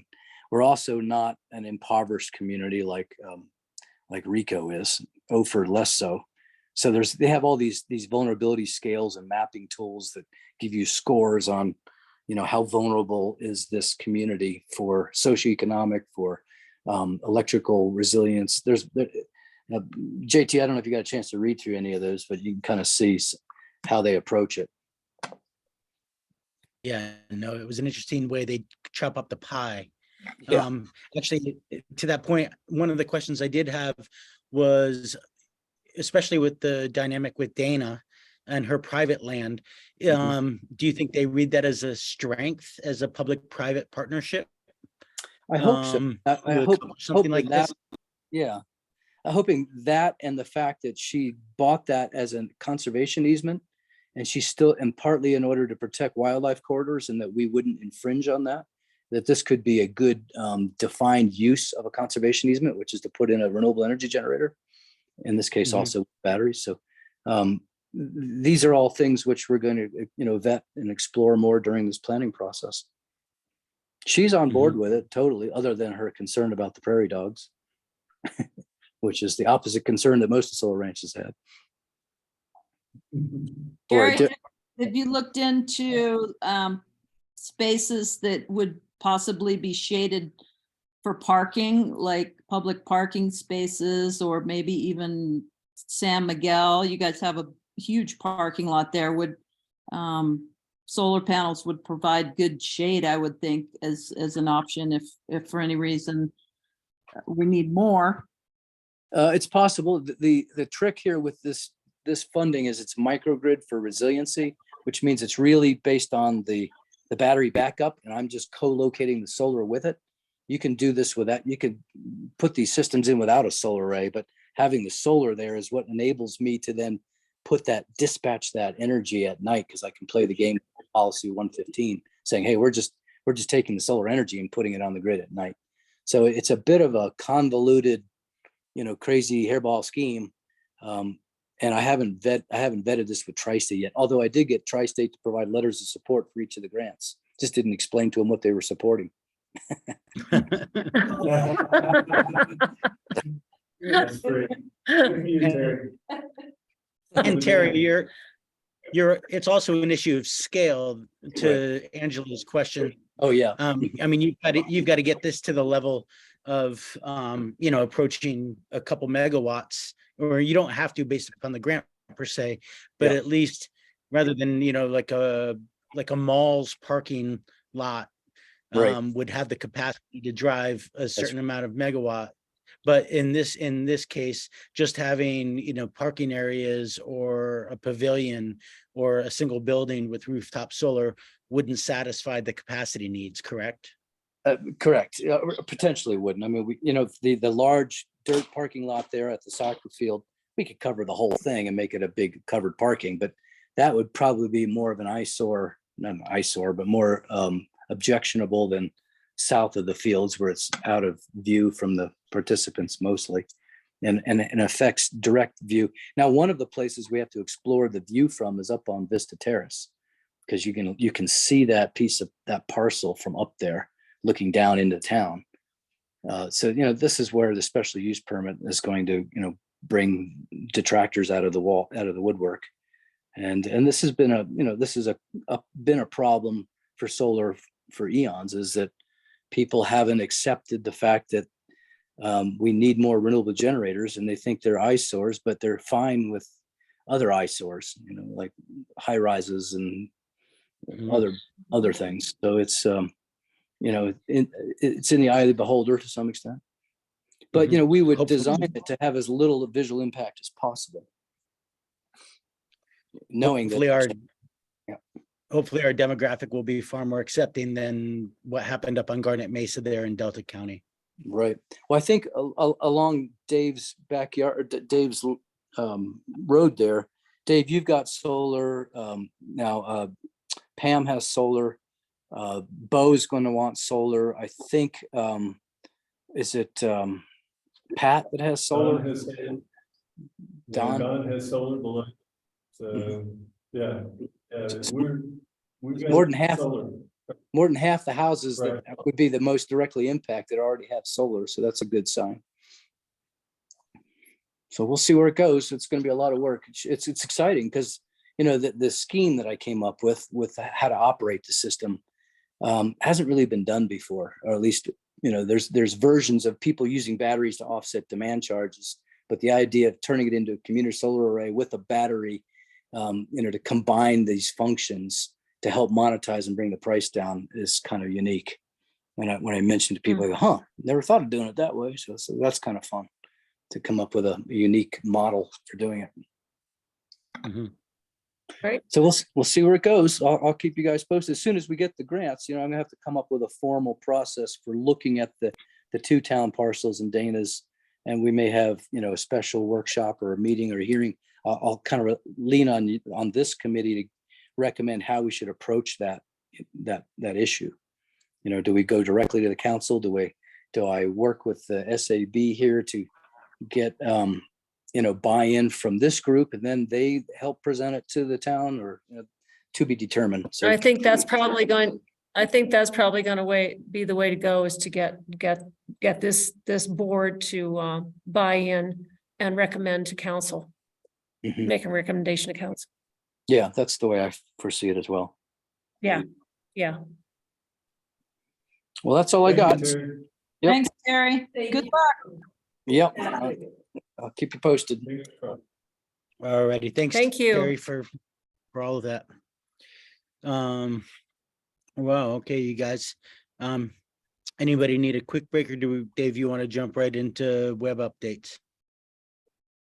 I'm happy to do web updates. Did you figure out this? No, you want to see if you can give me a, Thing? yeah, I'm not sure what I'm doing wrong here. Yeah, understand. Let's see. Yeah, so that's just it. Where- Sharing is where I usually have an option to share with multiple people, but Exactly, yeah. but I'm not getting that option. Is where I'm running into the problem. So Yeah. Let's, yeah. there it is. Good. Okay, we should be good now. let's see if I can do it. JT, while they're doing that, we found my buddy's father was the 12-year president of the San Juan Basin Archaeological Society. Back in the 80s and 90s, he would go out to the bluff area along Cedar Mesa, Grand Gulch, and they would explore unexplored or unpopularized sites, whether they be ruins or There we petroglyphs. go. I'll just finish this real quick. Okay. So in his notes, we found this directions to this one rock that has petroglyphs at 90 degrees from each other, representing two different generations, thinking that the rock had moved over time, and a whole panel of it 12 feet high was horizontal and the other one was vertical. So that was pretty fun. I'll have to send you some pictures of it. Curious to see if wow. you'd ever seen that one. No, it doesn't sound familiar. Yeah, the rock having fallen off of Cedar Mesa there, right off down into the valley below the Moki Dugway. So it was right at the foot of the Moki Dugway, about a half a mile from there. Pretty cool. Culture and geology together. Yeah. And gravity. Yeah, right. Thanks, Terry. All righty, Okay. Dave, you ready? All right. Yeah, so I'll kind of go through and tell you what I think is nearing, well, more nearing completion than others. So on the home screen here, we did figure out how to make the header in a different font. So you can see, you know, the Sustainability Advisory Board, Ridgway, Colorado. We still have not figured out how to put the town logo up With the there. block around it. Yeah, but you know, we can put the town logo in a footnote. We, you know, it probably doesn't make sense to have both of these here, a title up front and a title underneath. We Isn't can, that the town logo? yeah, Yeah, but yeah. So I can leave the town logo and probably get rid of this part in blue. The thing about having the title here is it's on every page. Otherwise, this is only on the home page, and every other page has the title. Okay. So, so under rebates now, we're, I think, pretty close. So, I'd love for you to look at the rebates page. Has information on federal rebates and some websites, information on federal tax credits. I've got a little bit of Colorado stuff to fill in, and it has SMPA stuff, meaning local rebates and the Totally Green program and whatnot. So, so there's, you know, I think this page is getting closer. We also remember that the federal rebates don't start till Colorado does the implementation plan this fall. So, you know, you can see on this page, you know, both the first and second column, it's wise for residents who qualify for rebates to postpone. You know, it's wise to wait until the program starts, because the program is so nice. And it's not a retroactive program. For those who are eligible for rebates, this page gives you more information. So type of home energy project and what's the maximum allowable rebate per household for those who are below 80% of the area median income and between 80 and 150% of the area median income. And the big thing here is this home electrification project qualified technologies. You know, 100% of project costs up to $14,000. So that incentivizes everybody to go for it. Exactly. I mean, why shouldn't everybody put in a heat pump and whatnot, you know? So there it's a huge benefit. But don't do it now because you won't get the money. Right. But as soon as we have the Colorado program, and then we'll put that, you know, out on the website here, and we can really put it out. And I'm hoping, you know, back to that issue, if we did a sustainability conference in, you know, maybe late summer or September, by then we might have an idea of what's there and really might be able to push that. But you can see the qualified technologies here and what the maximum rebate costs are. So, you know, if you wanted to put in a electric heat pump, you know, and you're less than 80% of AMI, you can get a free heat pump up to $8,000. And, you know, I just had a heat pump quoted for my place, which was 1.5 tons. And it was $8,000. So you would get a, Only thing. yeah, Well, I love the idea of having workshop you talked about, I wonder if we should also consider like a mentor program to help people navigate this stuff. Sure, sure, yeah. So anyway, this is, it was suggested last meeting that we kind of focus on rebates and then put that up here as a key option. And, we tried to do that to put the rebates up front, and as soon as we have the program, I think we'll be ready to run with it. Electrification. we Hey, have David, homeowners- quick question for you, Dave. Sure. Sorry to interrupt. On your heat pump, what style was it? Was it a mini split or was it ducted, or why was it It was $8,000? mini- More it was than mini one? split. Just one? It was one, yeah, it was, what, 18,000 BTU? And that's sufficient for the bulk of your home, or just one room, or how does that work? Just that, sorry for the sidebar, but just curious. No, it's a good question. And, I've got the same question, Terry. That gets the ground floor and, the main living area. But I'm looking at, getting a larger install so that I get a few upstairs rooms as well. And 3 zones, but it'll be more. They are not cheap, but SMPA has a wonderful, rebate, and that we have information here on, and with the federal tax credit, 1/3 federal tax credit, it makes it very reasonable. Great. Well, we'd all like to learn from your experience on that. And maybe you could use it as a case. You could do a generic case study and put it on this page, a little link maybe. We're actually doing a family case study because we're gonna put heat pumps in, and each of my sons are putting heat pumps in. So the Jones family is trying to keep grizzly air in his. Well, the old saying, it's hard to keep up with the Joneses.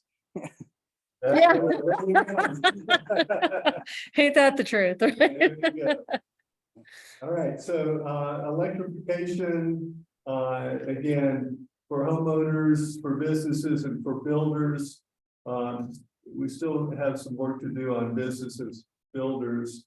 But I think, this is the entry page. So for homeowners, I don't know why that's showing up interesting. So you have to go over to the right to get, oh, No, and I'm gonna Oh. take that off. That's interesting, how that's showing up. But, we'll have submenus, and you can click on more for heat pumps and whatnot.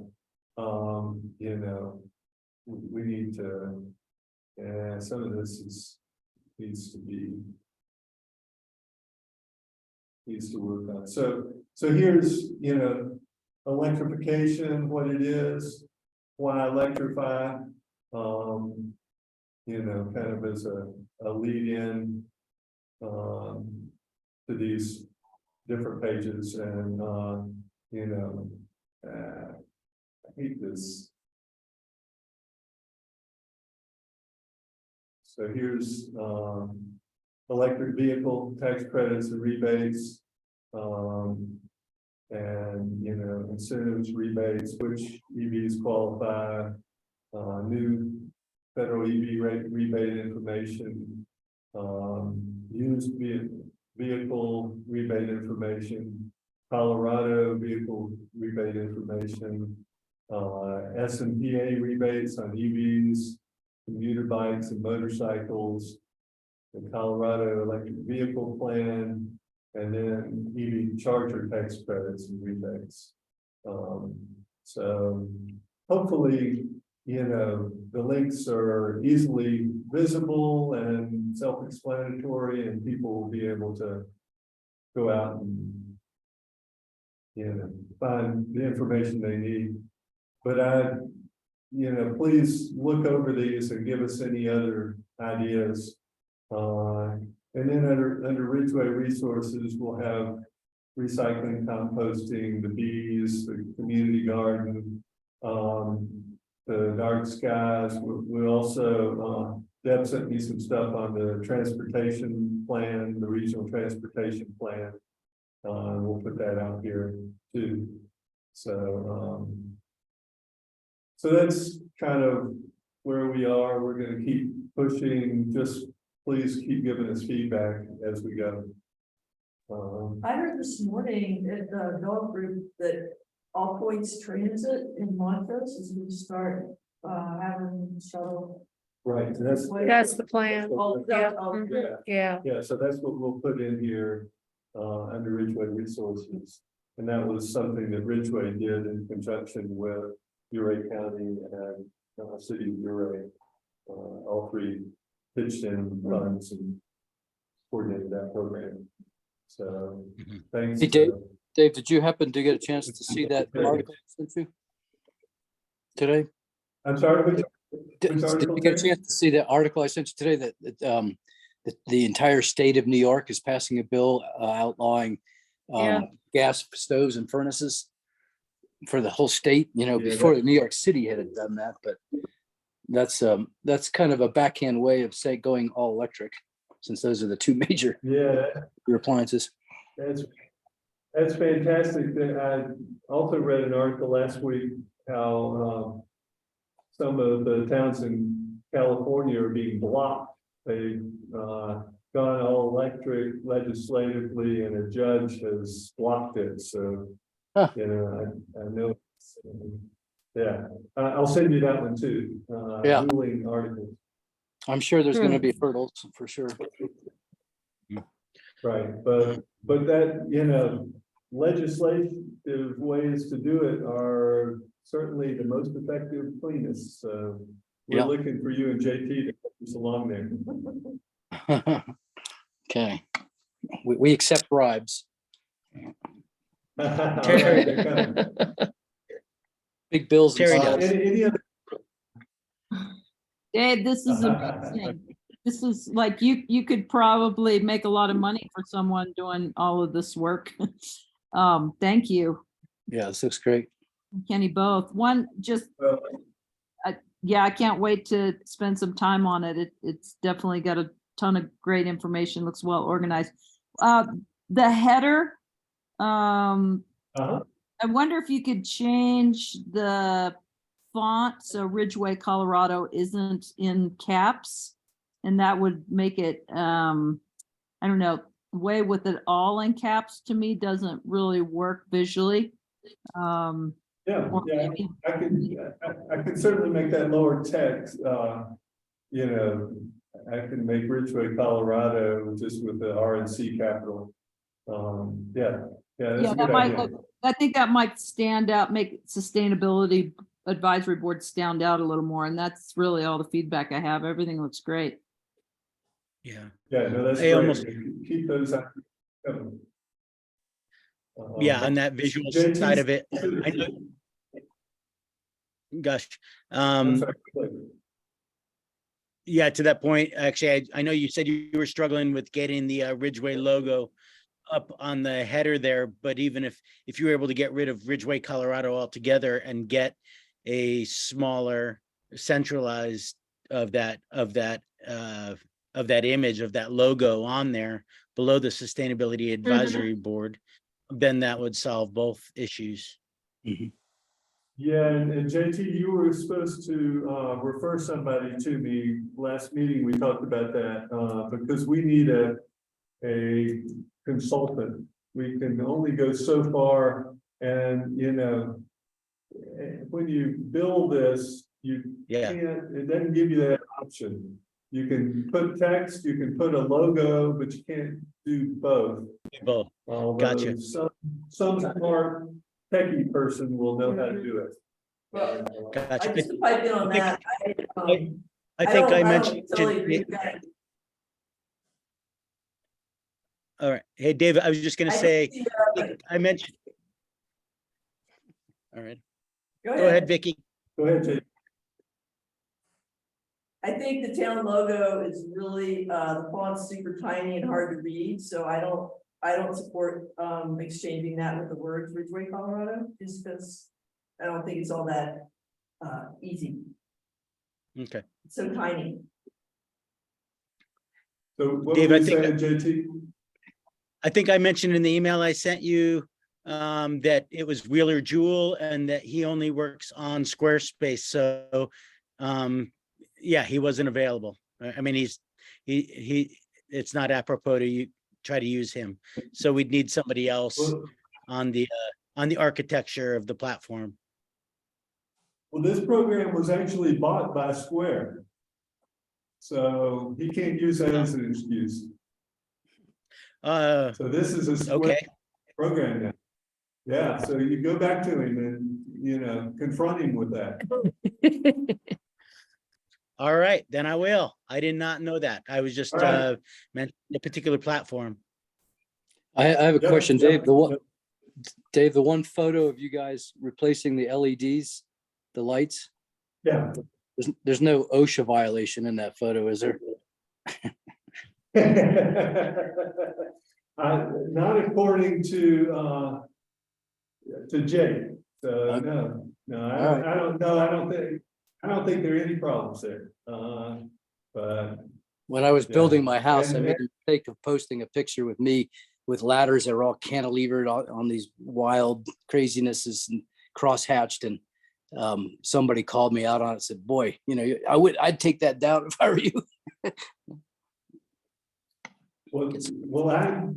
we're very interested in adding new pictures to the website. We got a bunch of placeholders in here right now, so. No, I think it's a great anybody- photo. I was just ribbing you about the OSHA.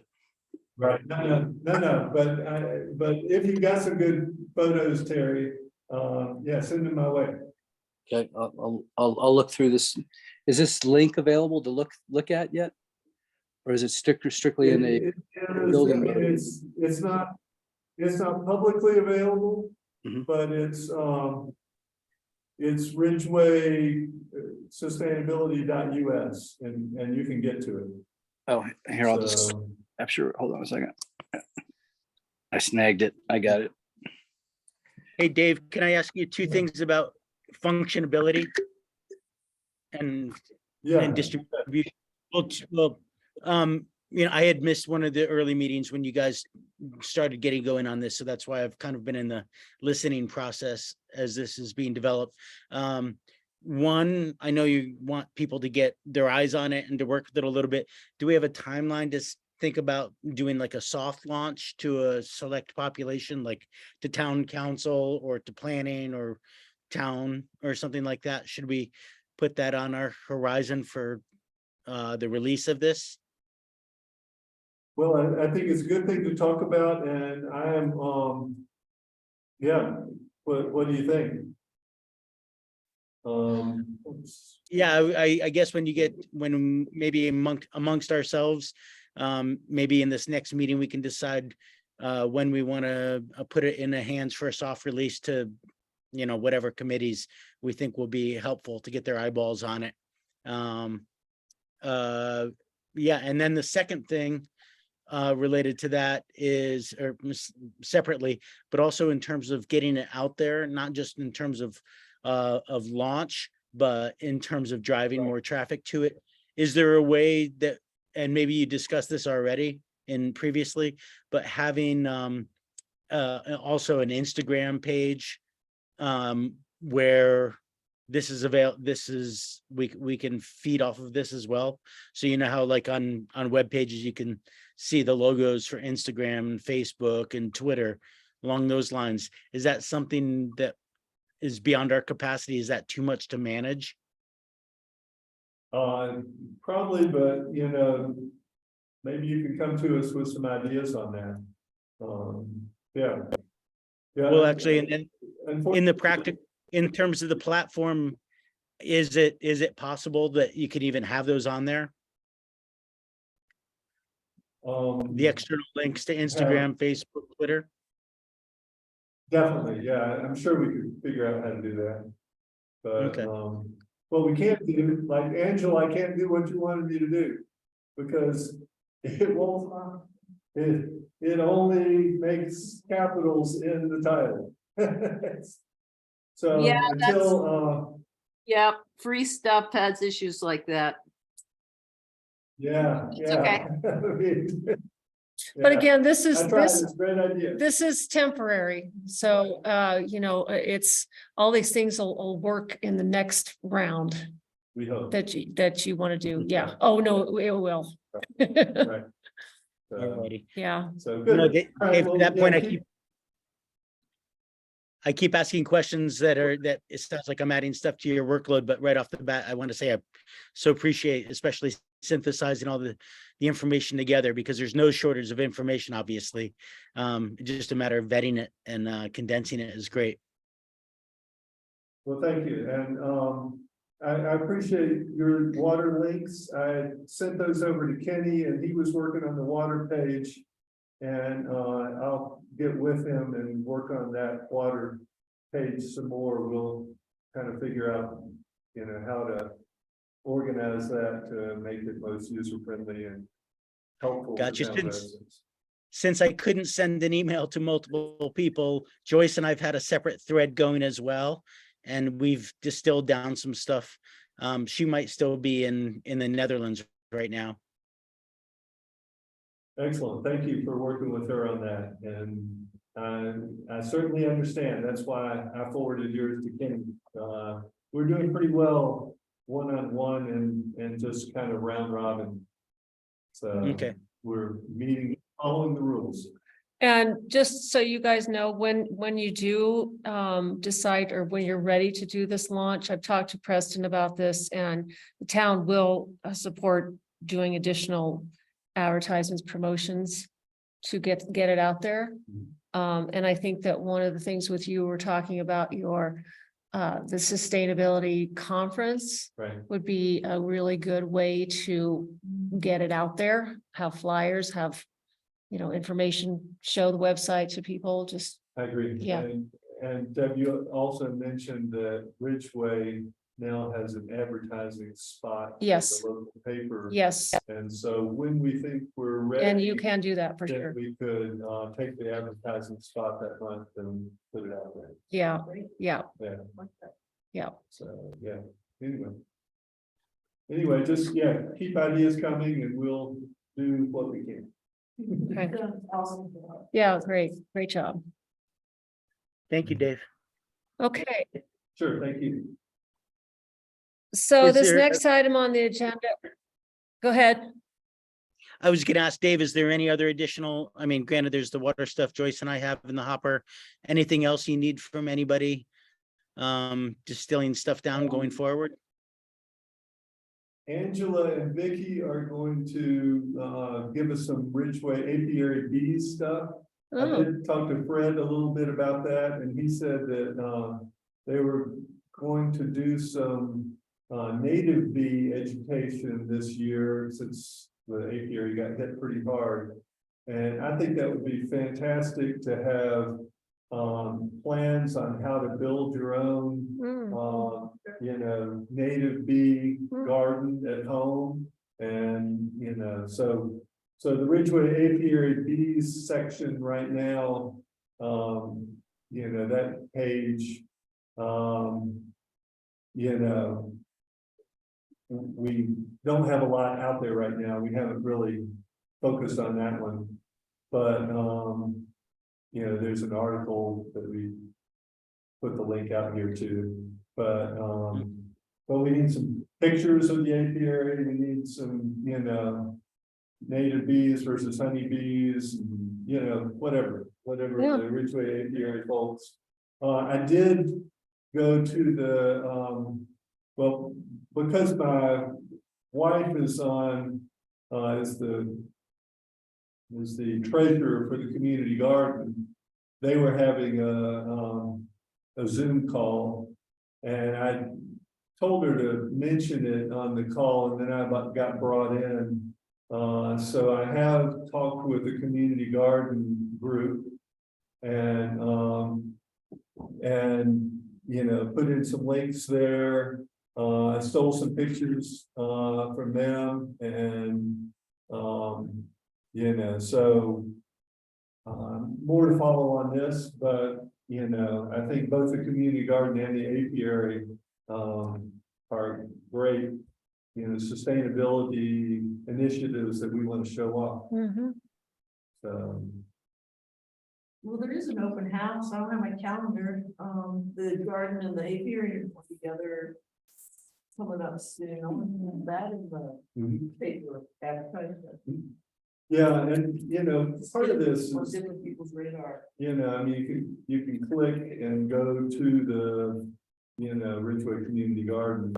And I don't want to steal their thunder, and if the apiary has their own webpage, we'll, Not- all right, then we'll be the We're on Facebook. and for Dark Skies. But, you know, the community garden does have their own webpage, and so you can see they've got the garden. Oh, yeah. Basics. You know, they've got a very nice webpage. And I don't want to steal their webpage, I just want to make it more visible so that people have a link to get there, and we have another way to promote the community garden. Mhm. Yeah, great. All righty. Fabulous, Dave. Thanks for all of that. All the above. Yeah, don't, Yeah, no, yeah, keep coming. asking us for whatever you need, so you don't have to do all the heavy lifting. Yeah, no, that's fine, we're good there. Appreciate it. Sure. All right, you guys, we got about Right. 10 minutes before we round up to 2 hours here. Deb, did you want to move on to item number 4, the discussion around the Ridgway's reusable bags? Yes, and then I have a couple other little updates that I want to give you guys as well. So as you all are aware, the state of Colorado enacted a bill regarding a fee for bags. So this year is the year in which businesses are having to charge for plastic bags. Well, in 2024, it will not only be, plastic bags will be bagged, but they will be banned, but paper bags will be charged as well. The town, along with many communities in Colorado, are looking at getting reusable bags, creating reusable bags to start handing out for people.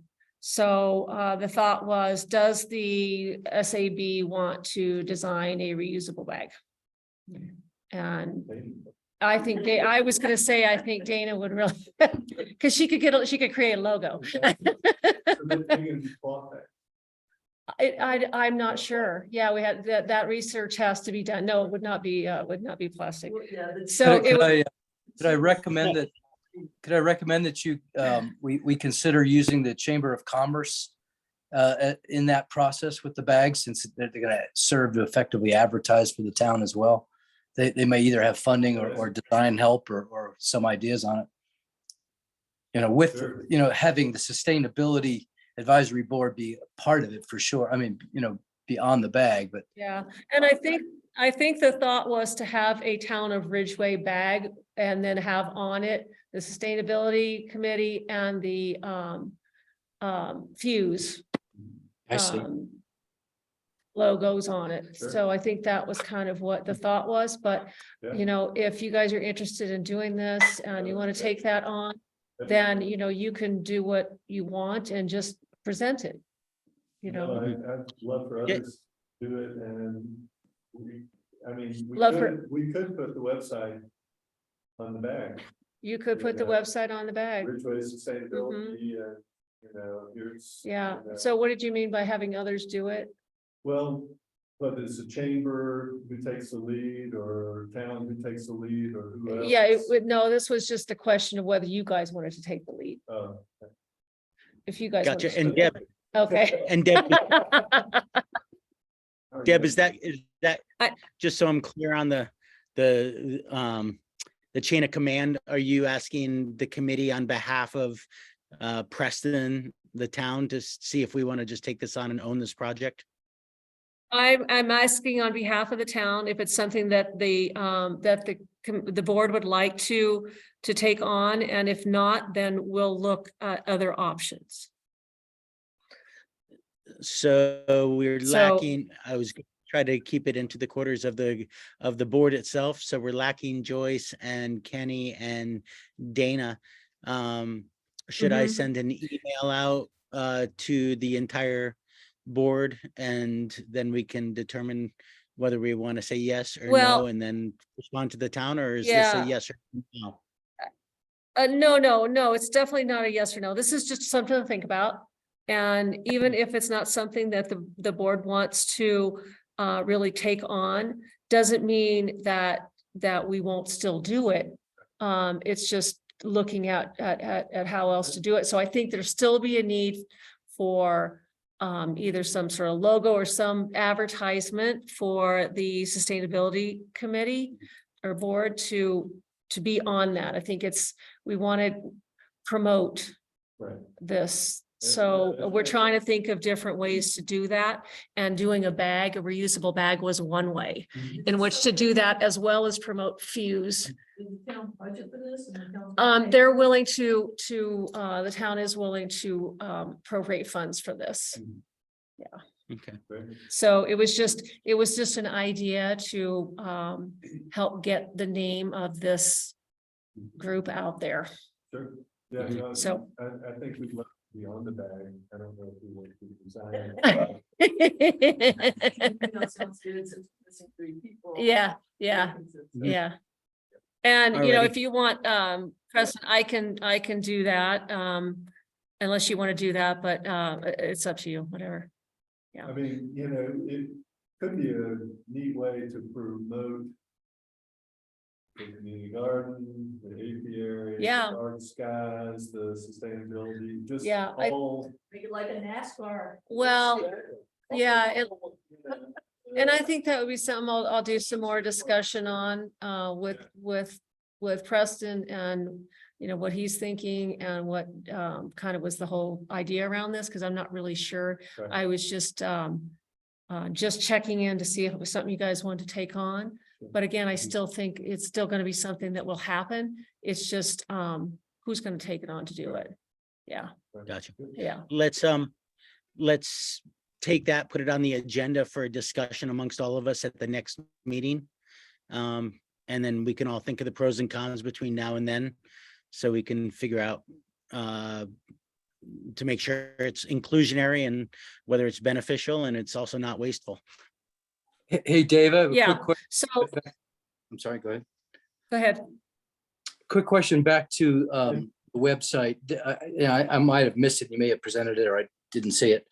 Did you make mention of the fact that the town, you know, or make a big deal of the fact the town is totally green? You know, that's huge sustainability initiative for the town. They're paying to be totally green on a monthly basis. And we could have a link to the totally green program Great idea. I'll do that, Terry. with a link to the program thank to you. SMPA's, you know, to encourage people to also become totally green to sign up. But that's a Right, major I did put the sustainability link. initiative. Sorry. Right. I got the link and the promotion to try to sell the program, but I will definitely put in the Ridgway angle there. Thank you. And I could, with town's permission, get you the statistics on that, you know, how many kilowatt hours of green energy the town's purchased in a year or something like that. The other small sustainability project the town undertook was putting solar on the park bathrooms. So there's solar array on that the town paid for. So that's another case study or another little point of interest for sustainability the town paid for. And of course, we're So looking. to as build- a,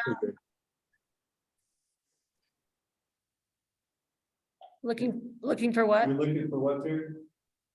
I said, as well as we're looking into putting in a microgrid at Space to Create, but that hasn't happened yet. That's part of a ongoing Yeah. thing. Yeah, I'd love to see us do solar on more of our town buildings. I know we got issues with trees. Well, that's one way to create some will towards that is have a feature on this page showing what the town has done with renewable energy. They're totally green. They put solar on their bathroom, and that'll, stimulate the thought for people. Oh, we should see more of that. Right. Yep.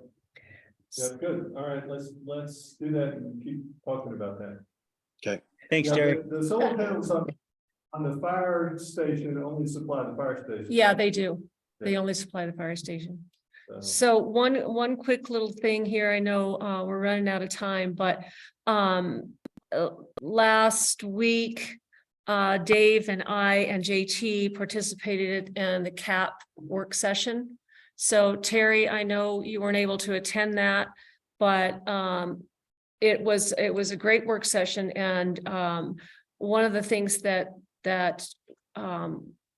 we discussed was next meeting, dedicating that meeting to go over the CAP in detail. So what you guys saw in that document that was published doesn't show the breakdown of each of the individual sections. So we went through that line item by line item in this work session and updated things like Terry, like the fact that we've got solar on the bathroom, the athletic park bathrooms, that we've got, all these different things that have been updated since that CAP was put together. So we're going to go over those things at our next meeting so that you guys will know what those, what things are included, because it's very, very detailed. And also we will be going through this and picking out, based on the strategic plan, what are the top 3 priorities for the climate action plan. So I'd like to get that in your minds Are you for the guys next gonna meeting. Modify the plan? So we did not modify the plan, and I don't think there was, but if once you see the topics and really the breakdown of it, I mean, it's very detailed and it's got some really good information, some good, what would the word be, JT, I'm looking for? Comprehensive. Well, go ahead. I was going to say comprehensive, and not just for us, but for the counties and communities in Uray and San Miguel counties, both. Yeah, very detailed and it's a working document as well. So we can annotate in there as well, and send anything that we might be missing or need to update that we missed in the line by line exploration of it. We can send that back to Emma and Kim as well. So So what we will be doing on that meeting is also not only going through the updates that we did at this upcoming SAB meeting next month, but going through the updates that we did on the worksheet session, but also making a recommendation to council to approve the changes that we made and to adopt the CAP. So my understanding is the CAP won't change. Unfortunately, the Ridgway appendix won't change either. The changeable document is their implementation document, and that's kind of what we focused on at our meeting. And Yeah. I wish that they would change the Ridgway appendix, because quite frankly, we're doing a whole lot more than is in the Ridgway appendix. And we made, and it's our appendix, it's got our name on it. I think we can continue to lobby them and say, why can't we change the Ridgway appendix? And I agree, yeah, but I think the thing is that what's in the details is really what's important. I agree, and what's Yeah. in the Ridgway appendix right now is not. Yeah, it's very generic. Yeah. It's very generic, but it's that way with the other communities as well. Yeah. Good job. Yeah, Yeah. yeah, but no, I agree. I mean, it's, and like we came out of that meeting knowing that this is going to be happening every year, there'll be a work session on this document. And, we just keep asking the question, can we change it? Well, I think that It would have been, the town council can, will make that request. We'll have more meeting than. Yeah. so that's all. I really just wanted to just make a note that we, Angela, you've got your hand up. Thank you. I have, my arm's really tired.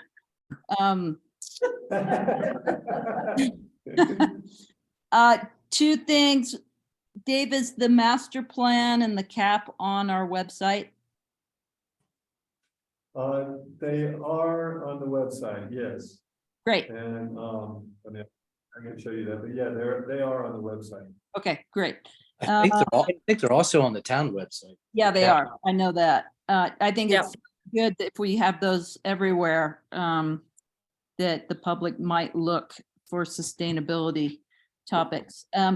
The other thing is I'd like to add to the agenda next week with the, Deb, thanks for mentioning the logo that Dana proposed, and I'd like to add that we have a discussion on a logo for our advisory board.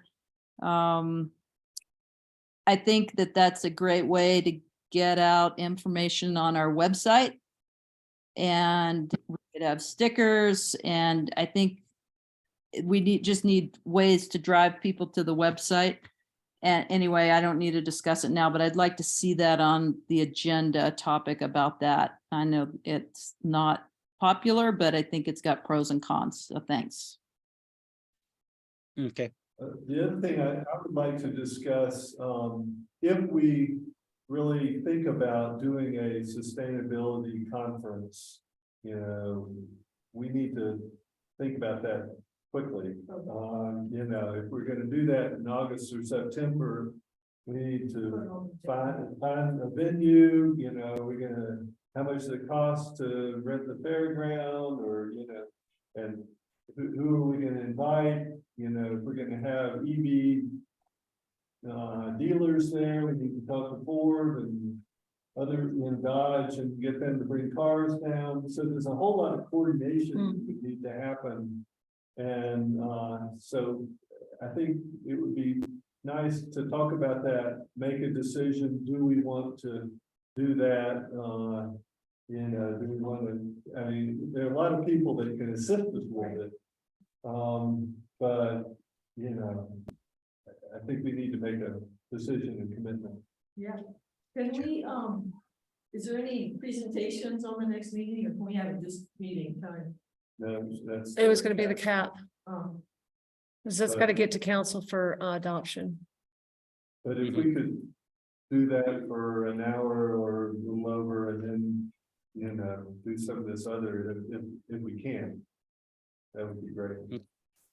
Dave, I'm going to send you an email on the potential sustainability conference. Just so you know who else is talking about it, and I'll loop you in on that. But yes, I think we should. Yeah. Um, Yeah, and maybe for next meeting, as a way of making it move more quickly, we can send out to everybody the list beforehand, so people can read over it. Yes, absolutely. Yeah, Yes, and that way, yes. come to the meeting prepared so that we can move through that more quickly. So I'll put on, Yeah, it'll yeah. have, you know, yeah, I can get that out to you guys at any time. yeah. gotcha. So you're asking for the cap on the agenda, the conference, and then discussion on the logo. Okay. Yeah. Hey, Terry, before you jump in, Terry's got his hands up. Angela, you asked about the master plan. The other thing that Dave and I've communicated about is the strategic plan, which is there's the master plan, which is a lot to digest, but being aware of what's on the annual strategic plan really is we really need to make sure that shines on there as well, so people know what's in motion already and what will need to be budgeted for as well in subsequent years. Just wanted to make a note of that's think of that. Terry? Because this, Just a quick sidebar, back on the cap for a moment. I think I mentioned earlier in the conversation, I'm working with Silverton on a different grant opportunity. One of the tasks in there would be to get the county of San Juan County and the town of Silverton to become formal participants in the regional climate action plan and get their own appendices. So I'm working to get the funding to bring them into the fold. Should be cool. That's Huh, good great, to know. Terry. Have they gone totally green? I'm working it, Dave. I'm working it. Good, good. Yeah, tit for tat. It's gonna be written into the grant proposal, though. That'd be one of the things. We're actually looking at just, and this might interest you too, because it's something we could do in Ridgway. One of the tasks, there's 4 components to what we're proposing. One is the town write a master resiliency plan. Ridgway doesn't have one. Maybe because they don't have as much of a need. Second would be an initiative to look at replacing, number 2 is to join the CAP and actually become a participating member of the Regional Climate Action Plan. The third would be an initiative to replace all of the fossil fuel burning, polluting sources of heat, which is the largest energy load in Silverton annually. They burn coal, they burn wood, they burn propane, and have terrible, inefficient electric resistive baseboard heating. Replace all those with grant-funded air source heat pumps with modern technologies, basically modernize the heating infrastructure in the town. And then the fourth would be SMPA looking at doing an inventory of all the existing distribution infrastructure, looking for modernization opportunities as well. Then number 2 would be to look at small microgrids for all their anchor institutions like the fire department, the emergency shelters, and the town halls, something again Ridgway could look at doing. And then the last would be a community-wide microgrid similar to what I've already proposed for Ridgway. So that's what we're applying for a grant for, those 4 prongs but one of them, just back full circle, is for them to join the Regional Climate Action Plan. Terry, when we get off this meeting, I want to talk to you about how much you've been slacking. Yeah, okay. Yeah. Press me down. Hey, I've got a logistical thing to put out there. I don't know if it's because the Wi-Fi is different, but there is definitely a lag between the people on Zoom when they start speaking and when the voice actually comes through. And there was a lot of interruptions happening through the whole meeting. So I don't know if that's like a snafu that just happened tonight, but maybe it's something like people on Zoom should raise hands more or figure something out, because their interruptions were just like a ton tonight. Noted. I don't know if it was the new Wi-Fi or not, but we'll find out because I'll check with Preston on the last meeting. I didn't have the problem last night in the meeting I was in last night. So I don't know if it's what the problem is. Yeah, I don't know where JT is. I'm in Santiago. It could be me way lagging as well. Plus it's late here and I'm lagging. Your lips move before the words come. Sure. Yeah, but I noticed it as well. And I'm still Yes. noticing. Yeah. And I'm only a mile away. So can we go ahead and approve the minutes to the meeting of the April 18th meeting? Do I have a motion to approve? A motion to approve the minutes of that date, I of second it. that meeting. Thank you, Angela. Dave seconded.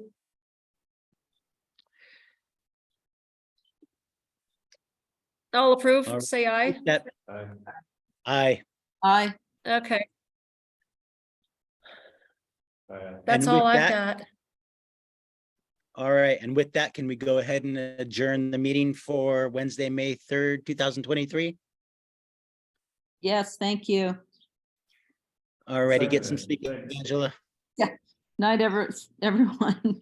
Get rest. You too. You guys, hey, thanks. Thanks for joining us. Yeah, thanks for joining us, Terry. And thanks for what you're doing. Good night, everybody. Whoops. Good night.